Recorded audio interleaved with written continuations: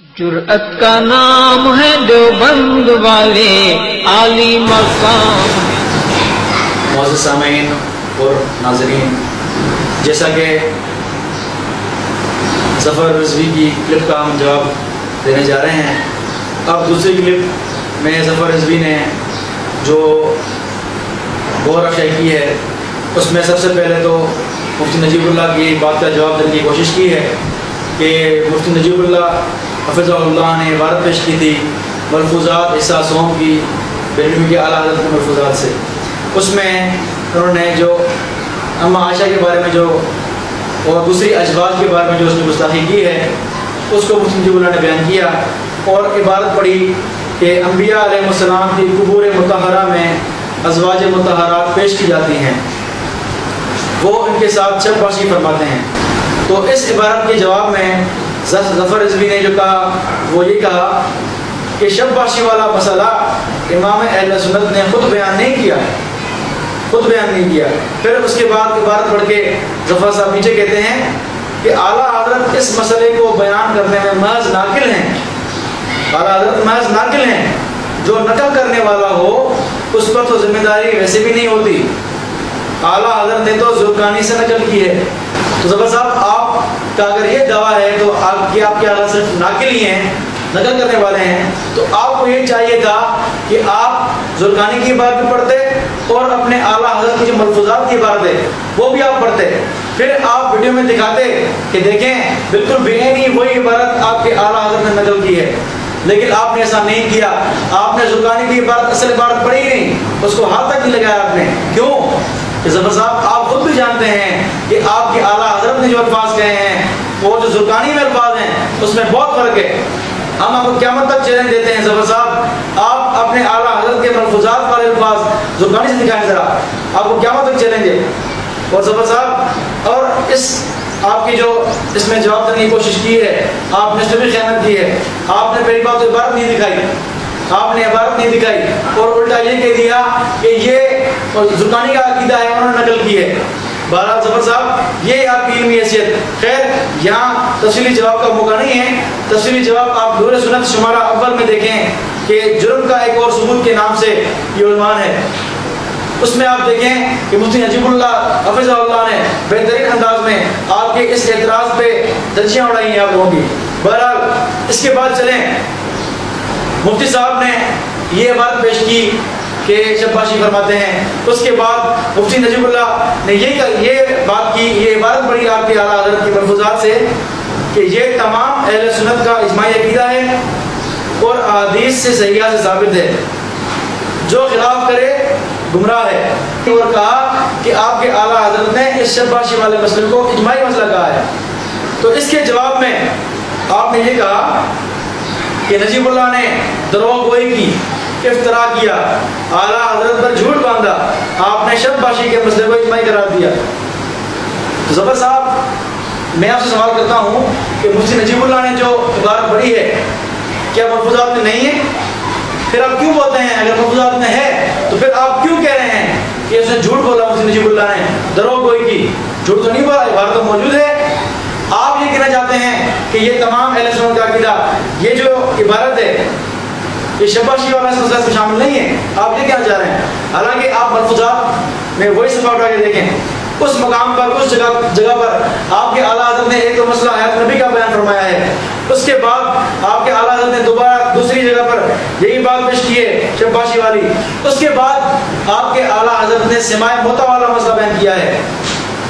تو پھر آخر میں نے کہا کہ یہ تمام اہل سنت کا اجماعی عقیدہ ہے، یہ تمام یعنی جو حیات نبی کا عقیدہ، شب باشی والا عقیدہ اور سماع موتا والا عقیدہ، تو آپ کے اعلیٰ حضرت کے نزدیک یہ تمام باتیں اہل سنت کا اجماعی عقیدہ ہے. تو ظفر صاحب آپ خود دھوکہ دے رہے ہیں، دھوکہ ہم نے نہیں دیا، دھوکہ آپ دے رہے ہیں اپنی عوام کو کہ آپ اپنے اعلیٰ حضرت کی عبارت کو غلط پیش کر رہے ہیں عوام کے سامنے. بہرحال تو یہ ہو گیا آپ کی اعتراض کا جواب. اس کے بعد آپ نے ایک مطالبہ کیا کہ شب باشی کا معنی کرنا، آپ نے لکھا ہے کہ صحبت کرنا ہی ہے. تو ظفر صاحب یہ میرے حوالہ حاضر ہے، یہ میرے ہاتھ میں جہان مفتی اعظم صفحہ نمبر 737، جہان مفتی اعظم صفحہ 735 735 لکھتے ہیں کہ کیا شب باشی اولا مسلم النساء کے مثل بدی سے کنایا ہے؟ اور اگر ہو تو کیا بات ہے؟ اگر ہو تو کیا بات ہے؟ کیا حضور نے نکاح نہ کیا؟ کیا حضور کی اولاد نہ ہوئی؟ تو ظفر صاحب آپ کے بڑے تو یہ معنی لینے میں کوئی کباط نہیں سمجھتے کہ شباشی کا معنی ہم مصر لی جائے، جما لیا جائے، تو آپ کے بڑے کہتے ہیں کوئی کباط نہیں اس میں، لیکن آپ کو اعتراض ہے کہ یہ معنی نہ لیا جائے۔ تو ظفر صاحب آپ فیصلہ کریں کہ صحیح کون ہے، آپ کے بڑے یا آپ؟ اس کے بعد ظفر صاحب آپ نے یہ بات کی ہے کہ شباشی کا معنی فقط صحبت کرنا ہی ہے، کیا انہوں نے اس بات کی تحدید، اس بات کا استحاب فرمایا ہے؟ کہیں انہوں نے اس معنی میں متعین کیا ہے کہ شباشی کا اور کوئی معنی ہوتا ہی نہیں؟ تو ظفر صاحب جب آپ کی باری آتی ہے تو آپ کو ایک لفظ کے مختلف معنی سمجھ میں آتے ہیں، اور آپ یہ الفاظ کہتے ہیں کہ کیا یہی معنی ہے، کیا اس میں تحدید ہے، کیا اس میں استحاب ہے۔ جب ہماری باری آتی ہے تو آپ کو لفظ کا ایک ہی معنی کیوں سمجھ میں آتا ہے جو آپ کے گندے ذہن میں ہوتا ہے؟ ظفر صاحب یہ اصول آپ کو ہماری بارے میں کیوں یاد نہیں آتا؟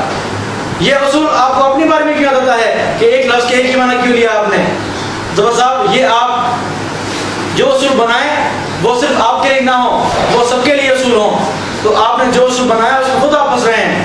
اس کے بعد ظفر صاحب آپ نے آخر میں یہ کہا کہ ہمارا قرض ان پر باقی ہے، ہمارا قرض ان پر باقی ہے، اور مقروض کی نماز جنازہ نہیں ہوتی، اس لیے نجیب صاحب آپ کی نماز جنازہ نہیں ہوگی جب تک آپ ہماری یہ قرض نہیں اتاریں گے۔ تو ظفر صاحب میں آپ کو یہ کہنا چاہوں گا کہ آپ نے یہ کہا کہ آپ مقروض ہیں، آپ کی نماز جنازہ نہیں ہوگی، تو میں آپ سے پوچھتا ہوں آپ ذرا اپنے بریلی شریف سے فتویٰ لیں اور کراچی اپنے بڑوں سے فتویٰ لیں کہ اگر کوئی کسی کلپ کا جواب نہ دے تو کیا اس کی نماز جنازہ نہیں ہوتی؟ آپ ذرا یہ فتویٰ لیں، پھر آپ اپنی حیثیت دیکھیں کہ آپ کی فقہی حیثیت کیا ہے۔ اور اس کے بعد آپ نے یہ کہا کہ مقروض کی نماز جنازہ نہیں ہوتی۔ ظفر صاحب آپ کے اعلیٰ حضرت سے لے کر آپ تک آپ کے سارے مولوی جو زندہ ہیں، جو مر چکے ہیں، سارے مقروض ہیں اس بات میں کہ آپ اپنے اعلیٰ حضرت کا ایمان آج تک ثابت نہیں کر سکے۔ مولانا چاند پوری رحمۃ اللہ علیہ 100 سال ہو چکے ہیں، آپ کو چیلنج دے چکے ہیں، ان کے بیٹوں کو حامد رضا خان کو، مصطفیٰ رضا خان کو، خود احمد رضا خان کو، لیکن اس دن سے لے کر آج تک آپ کا کوئی مولوی اس موضوع پہ نہیں آیا۔ تو صاحب آپ کے سارے مولوی مقروض ہیں، کیا ان کی نماز جنازہ ہوئی یا نہ ہوئی؟ آپ مناظرہ مٹیاری ہمارے سامنے آئے، مناظرہ نہ کیا، آپ ہمارے مقروض ہیں، آپ کی نماز جنازہ ہوئی یا نہ ہوگی؟ تو ظفر صاحب آپ کو میں نے اپنا دعویٰ لکھ کے بھیجا ہے آپ کی اعلیٰ حضرت کے ایمان پر، لیکن آپ کو ہمت نہیں ہو رہی کہ آپ اپنے اعلیٰ حضرت کا ایمان ثابت کر کے اپنا قرضہ اتاریں۔ تو ظفر صاحب آپ کے اپنے اصول کے مطابق آپ کا نماز جنازہ نہیں ہوگا، آپ کا نماز جنازہ نہیں ہوگا۔ اگر آپ چاہتے ہیں کہ آپ کا نماز جنازہ ہو تو آپ آئیں، ان سے مناظرہ کریں آپ اپنے اعلیٰ حضرت کے ایمان پر۔ بہرحال ظفر صاحب یہ تو تھی آپ کے دونوں گروپوں کا جواب، اور آخر میں آپ نے ایک شعر پڑھا اور ماشاءاللہ جس سے آپ کی عربی اور آپ کا علامہ ہونا بہت واضح ہوتا ہے۔ آپ نے شعر پڑھتے پڑھتے عربی کے الفاظ پڑھے کہ ضیابن فی سیابن، ضیابن فی سیابن پڑھے آپ نے، حالانکہ آپ کی عربی کا حال اور آپ کی علامہ گری کا حال تو یہاں سے ثابت ہو گیا کہ آپ کو یہ نہیں پتا کہ یہاں ضیابن فی سیابن ہوگا نہ کہ ضیابن فی سیابن۔ تو ظفر صاحب جو آپ کو علامہ اور مناظر کہتے ہیں ذرا ان کو اپنی علمی حیثیت دکھائیں، اور یہ ویڈیو آپ کی ویڈیو دیکھیں گے جو آپ کے بڑے تو وہ آپ کو بہترین انداز میں مناظر ہی کہیں گے۔ تو بہرحال یہ تو آپ کی ویڈیوز کا جواب تھا۔ واخر دعوانا الحمدللہ رب العالمین۔